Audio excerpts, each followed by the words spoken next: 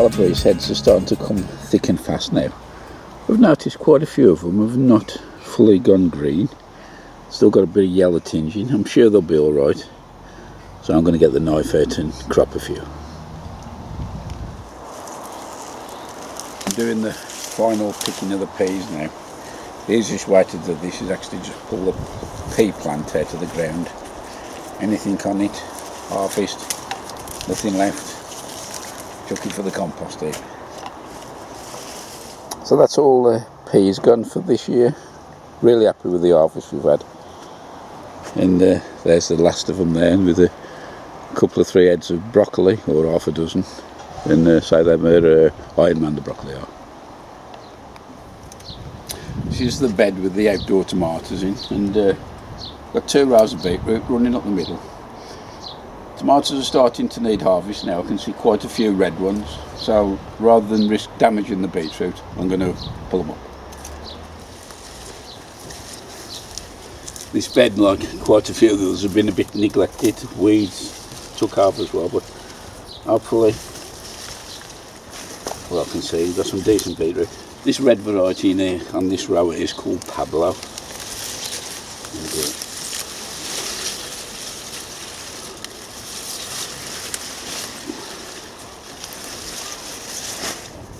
This row here is the golden burpee, and say it's the first time of trying this, so let's get these picked.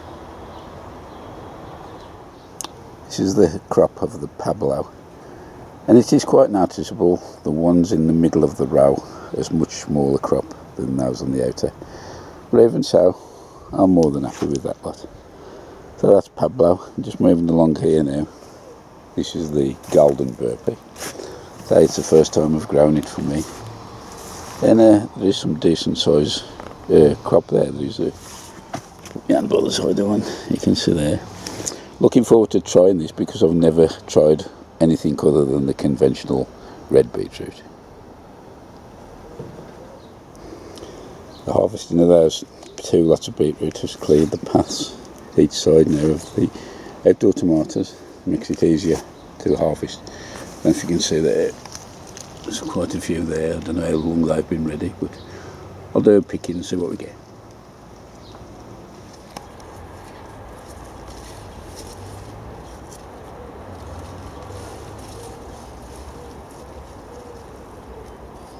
That's today's picking. There's a couple of 3 still ain't quite ripe yet, but it doesn't hurt to tick them, and they'll soon ripen once I'm placed with the others. The next few days are forecast to be extremely hot.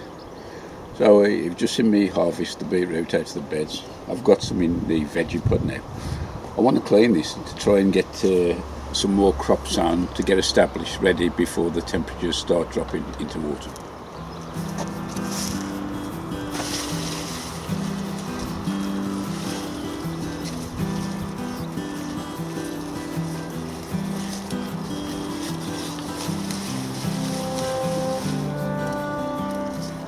This beetroot's called Choggia. Lovely colour, much flatter than the traditional ones we've been growing.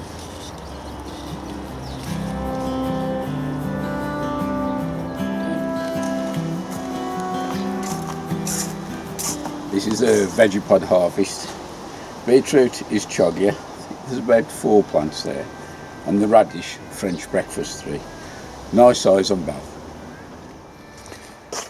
It was a usual early start for me this morning. I got up to do the watering just before the sun comes up because I think we've got another hot day again. But I just want to point out something, that things creep up on you and take you unawares. Looking at it head on now, you can actually see the pear tree. How missed this, I don't know, but they say the fruit swells and it does actually add tremendous amount of weight on. That branch there is now, I've tried lifting it, it's more or less impossible to move. There's quite a lot of fruit on here with damage on, so I think I'm going to remove that. But start of the season, that tree trunk there was actually leaning onto the cage of the strawberry bed. And so I lifted it up, propped it up, and now the tree is almost vertically upright. So it does show you the weight of fruit as it does develop, so just beware of that.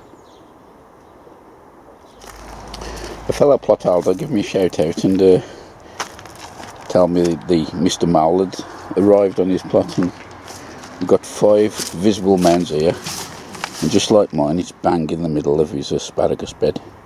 Must be something on the roots of the asparagus that attracts the moles. So there's a fairly new. Well, we have got another plot holder has actually bought a humane mole trap. The way that works, you dig the hole, find where the tunnel is, fit that in between, and there's like a little flap, cat flap, which only works one way, so he can come in from both entrances, but once he's inside can't get out. And there are vent holes in the top to allow him to breathe, and then you can actually transfer him to a different location. Right, so I've popped the little trap into the hole, covered it with a bit of wood and made it dark. I'll be checking this on a daily basis, and hopefully if we do get him, we can move him to a new home. I'm in the allotment greenhouse, and I was coming this morning to tie the tomatoes up to the cage because I'm growing up this angle. This stem here was a little bit too thick, so I was a bit heavy handed, pulled it, and it snapped right across there. I don't know if you can see it. It's one of my favourite tomatoes. It's these sweet milling, and they get quite a lot of fruit on each truss. So I'm going to try to do a salvage repair job using these couple of hoses. I've split them down the middle. I'm going to try and create a splint around the plant and put a couple of cable ties around and see if that will there, hold them together and let them graft. The foliage at the top is already showing signs of wilt, so I don't know much hope with this, but at least it's worth a shot. And that's the finished job. I'm not sure, say, if it'll take. We'll keep an eye on it over the next few days. Just pulled the first cabbage, light as it is. This is a greyhound. Just started hardening up, so I'll make the dinner plate today. Just pop into the greenhouse in the garden just to show you these shallots, the golden gourmet. I've top and tailed them, put them in this mushroom tray to dry out. I must say them coming along nicely, nice golden skins now. So another few days they'll be ready for pickling. Well, we're into the first week of August, and if you're looking at growing potatoes ready for a Christmas harvest, now's the time to do it. These are what they call second cropping potato, or a late season, and these have been specifically held back for this reason. They've been stored in a controlled cool temperature, and you can see the chits are already on, so there's no need for chit, and you can plant them straight away. If the tubers are much larger than that, you can actually cut them, but what you need to do then is let them dry for a little. The cut face will form a little hard skin, and also try and keep 2 little eyes on their chits, and then you'll be okay. In the mix I'll be adding a potato fertiliser, and that will just keep the crop going over winter. And I'll be growing them in this 30 litre tub. I'll be putting 3 tubers in this, and the idea of growing them in the tub, as the season drops colder and we get frost forecast, I can actually move them indoors and give them a bit more protection. So let's get started. And there's just a normal all-purpose compost. This is a Bathgate's Champion Blend, the one I'm using. So I'm just going to start by putting around about 4 to 6 inches, 10 to 15 centimetres in the bottom, and then I'll be adding the first helping of potato fertiliser.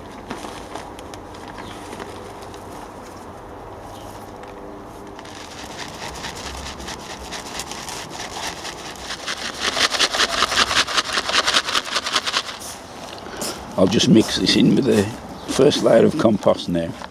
I mentioned earlier about using this specific potatoes for this second cropping. If you tend to use a potato that you've grown earlier on in the season, you probably won't have much success because they do need a period of dormancy, the potatoes do. Just nestle the potatoes into the compost. So I'm putting 3 in here. I'll put them all on the same level. If I was putting 4 in, I'd do 2 on 2 different levels. So with the potatoes now in there, it's just a matter of topping it up with another 10 centimetres of compost.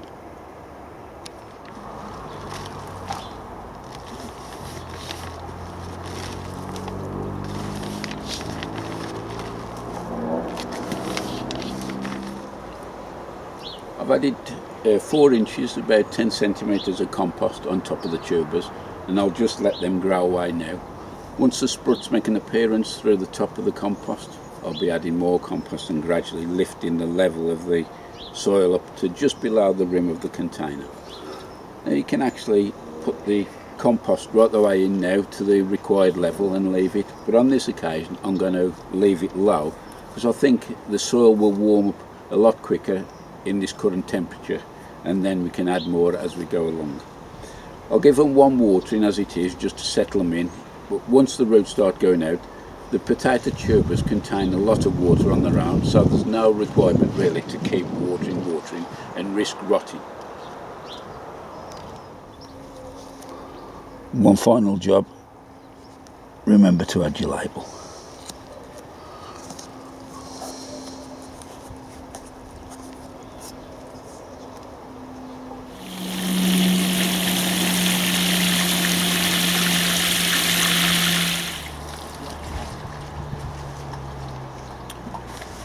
I'm going to continue and plant the other 2 containers of the potatoes, but that's about it for this one. Many thanks for watching. Welcome to all the new subscribers. If you haven't already, there's a little button down the corner. Consider pressing that if you'd like to watch further uploads. That's about it from me. All the best. Bye for now.